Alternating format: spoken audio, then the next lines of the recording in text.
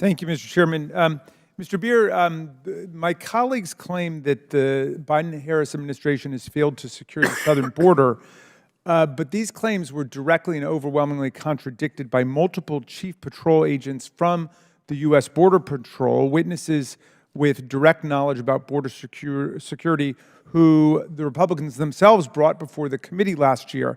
Fortunately for America, but unfortunately for the Republicans, the Chief Patrol agents confirmed that their ability to secure the border has dramatically increased under the Biden-Harris administration thanks to increased funding for resources. For example, the Chief Patrol agent responsible for the Del Rio sector of the southern border stated last year, and I quote, "Because we've gotten more detection capability, because we have, as you said, more on the way, we've got the additional processing coordinators, we are in a better situation than we were in years past." The Chief Patrol agent responsible for the Big Bend sector told the committee last year, and I quote, "We reduced the entries and gotaways in Big Bend sector over the course of the last 2 years. We've been very successful." Mr. Beer, given the feedback of these Chief Patrol agents, is it credible in your view for Republicans to characterize border security under the current administration as weaker than under the last administration? Not at all. I mean, if you look at 2019, for example, you had almost 1 million encounters that year, which was half of the level that we're seeing now. And yet, despite having much lower total numbers, they still weren't removing a higher share than the Biden administration did. So yes, there's been more resources put in. There's been more effort by this administration. I mentioned the number of removals being the highest since 2001.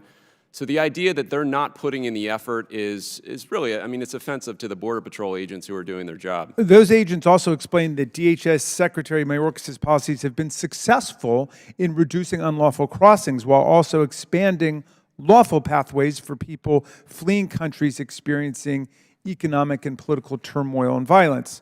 Mr. Beer, has the Biden-Harris administration been more or less successful than the Trump administration's DHS in removing migrants who illegally cross the border? Yes, they've been more successful. They removed a higher share during their first 2 years than the Trump administration did in its last 2 years. And if you look at the trend over time, starting in 2017, the number of successful illegal entries went up each year under the Trump administration and peaked in December of 2020, reaching the highest levels in almost 15 years. And yet, Mr. Homan says also that most immigrants don't attend their immigration court hearings. The information I have from the American Immigration Council says that 83% of immigrants actually do attend their court hearings. Who's right about that? Well, the data from the Executive Office of Immigration Review disproves their claim. They know that they are showing up for the hearings, which is why they don't want to give them a hearing. They don't want to give them the opportunity to prove their asylum claim, and they want to remove them without the ability to make that evidence available to the court. So yes, they do show up in court. And when you're talking about the 17% that fail to show, in many cases, that is a result of the fact that ICE is putting people in immigration court proceedings in cities that are far-flung from where they're going. So it's often not the fault of the migrant themselves who failed to show up in court. I think that you articulated well what most American people feel, which is that we should discourage, as much as possible, illegal immigration into the country and encourage and proliferate possibilities for lawful immigration. After all, we've got a job shortage under this booming economy.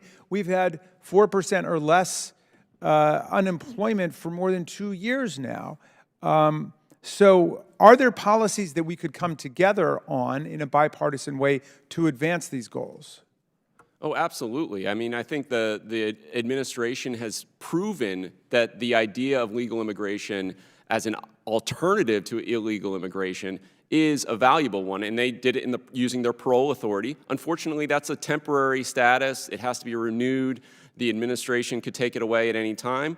Providing that same opportunity, but with congressional action that provides a permanent path to stay, would be a much better option. And you're absolutely right. Over the last 3 years, we've had an average of about 10 million job openings every single month. That's why they're coming. Pay attention to your free market fundamentals on this. Thank you, Mr. Beer. Mr. Chairman, I have a unanimous consent request for introduction to the record about the a memo on transcribed interviews of these patrol chief patrol agents. Without objection, support.